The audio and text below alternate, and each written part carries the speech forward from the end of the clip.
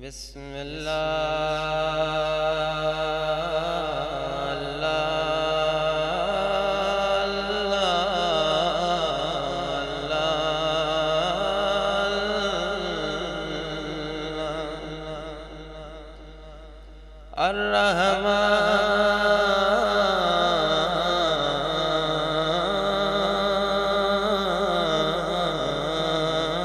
الرحمن الرحيم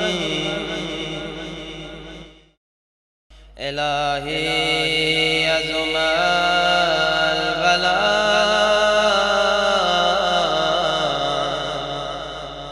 وبرح الخفاء وانكشف الغطاء وانقطع الرجاء وذاقت ومنعت السماء وأنت المستعان وإليك المشتكى وعليك المعول في الشدة والرخاء اللهم صل على محمد وآل محمد. رسول الله لا ينطق بشيء من نفسه بل هو كلام الله. رسول الله لا يفعل شيئا من نفسه بل بحكم من الله. That this prophet anytime whatever he says, whatever he does, whatever he commands, whatever he orders, whatever he advises, that is order of God. So if this prophet said Ali is from me and I am from Ali, that is order of God. If this prophet said Hussein is from me and I am from Hussein, that is order of God. If this prophet said I am city of knowledge and Ali is its gate, so that is by order of God. If this prophet said Ali is the entire faith, that is by order of God. If this prophet said Ali is my successor, that is by order of God. If this prophet said Ali is the caliph after me, so that is by order of God. If this prophet asked Ali to sleep on his bed in the night of migration, so that is by order of God. If this prophet asked us to love his holy progeny, that is by order of God. And if this prophet raised hands of Ali in Ghadir Khum and said Man kuntu maulahu fahada aliyun maulahu, so that is also by order of God. رفت گریه میکرد توبه میکرد میگفت خدایا منو ببخش. یه جمله خیلی عالی هم میگفت یا من له دنیا والآخرة.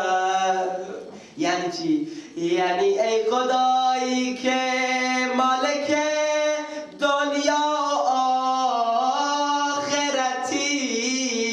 رحم فرما بر منی که نه دنیا دارم نه آخرت.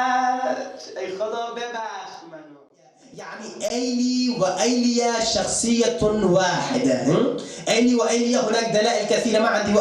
أيلي وأيليا شخصية واحدة، ولكن من هو أيليا؟ اقرأوا كل التاريخ، تاريخ الإنسانية، تاريخ جميع الناس، تاريخ الإسلام، اقرأوا جميع المذاهب في التوراة والإنجيل والزبور، اقرأوا المسيحية، اقرأوا البوذية والهندوس. لا تشاهدون أي إنسان في جميع المذاهب الذي ادعى وقال أنا أيليا في الإنجيل إلا مولانا أمير المؤمنين علي بن أبي طالب عليه السلام، عندما أتى في حرب خيبر أمام اليهود قال اعرفوني أيها اليهود أنا إيليا في الإنجيل. صلاة على محمد.